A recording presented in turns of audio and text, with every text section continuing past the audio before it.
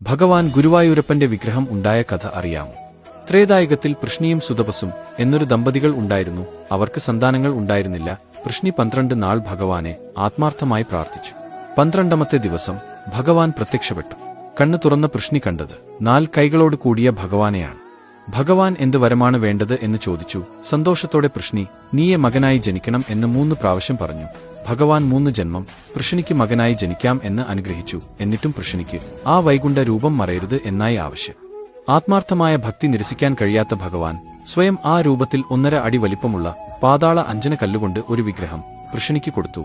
3 ജന്മം മകനായി താൻ എത്തുമ്പോഴും അവർക്ക് ഒപ്പം ആ വിഗ്രഹം പൂജിക്കാം എന്ന് വാക്കും കൊടുത്തു. ആദ്യം പൃഷ്ണിക്ക് മകനായി ഭഗവാൻ ജന്മം കൊണ്ടു. പൃഷ്ണി ഗർഭൻ എന്ന് നാമകരണം ചെയ്യപ്പെട്ടു. ഭഗവാൻ അരുളിയ ആ വിഗ്രഹത്തെ നാരായണനായി പൃഷ്ണി ഗർഭൻ പൂജിച്ചു. വിഷ്ണു ഭഗവാൻ പൃഷ്ണിക്ക് കൊടുത്ത വാക്കനുസരിച്ച് 2ാമത് വാമനാവതാരം എടുത്തു. പൃഷ്ണി സുതപസ് ദമ്പതികൾ കശ്യപനും അതിഥിയുമായി പുനർജനിച്ചു. അവരുടെ പുത്രനായി ഭഗവാൻ ഉപേന്ദ്രൻ എന്ന നാമത്തിൽ ജനിച്ചു. ഉയരം കുറഞ്ഞ കാരണത്താൽ വാമനനായി അറിയപ്പെട്ടു. ആ ജന്മം ഭഗവാൻ നൽകിയ ആ വിഗ്രഹം കേശവനായി ആരാധിക്കപ്പെട്ടു. ദ്വാപരയുഗത്തിൽ പൃഷ്ണി ദേവകി ആയും സുതപസ് വാസുദേവരായും ജനിച്ചു. കൃഷ്ണനായി ഭഗവാനും ജനിച്ചു. കാരാഗൃഹത്തിൽ ഭഗവാൻ തന്റെ മാതാപിതാക്കളോട് അവരുടെ 2 മുൻ ജന്മങ്ങളും വിവരിച്ചു കൊടുത്തു. പാതാള അഞ്ജന കല്ലുകൊണ്ടുള്ള ആ വിഗ്രഹം യുഗങ്ങൾ കടന്ന് കൃഷ്ണൻ മാധവനായി ആരാധിച്ചു. ദ്വാപരയുഗം അവസാനിക്കുന്നതിനു മുന്നേ ദ്വാരകയിൽ പ്രളയം വരുന്നത് മനസ്സിലാക്കിയ കൃഷ്ണൻ യുഗങ്ങളായി ആരാധിച്ചു വന്ന ആ വിഗ്രഹം കലിയുഗത്തിലും ഉണ്ടാവണം എന്ന് ഉറപ്പിച്ചു. തന്റെ മിത്രമായ ഉദ്ധവനോട് ഇക്കാര്യം പറഞ്ഞു. പ്രളയത്തിനു മുൻപ് ആ വിഗ്രഹം ഒരു ദിവ്യദേശത്ത് സ്ഥാപിക്കാൻ എന്നറിയിച്ചു. ഉദ്ധവൻ ഇക്കാര്യം ബൃഹസ്പതിയെ അറിയിച്ചു.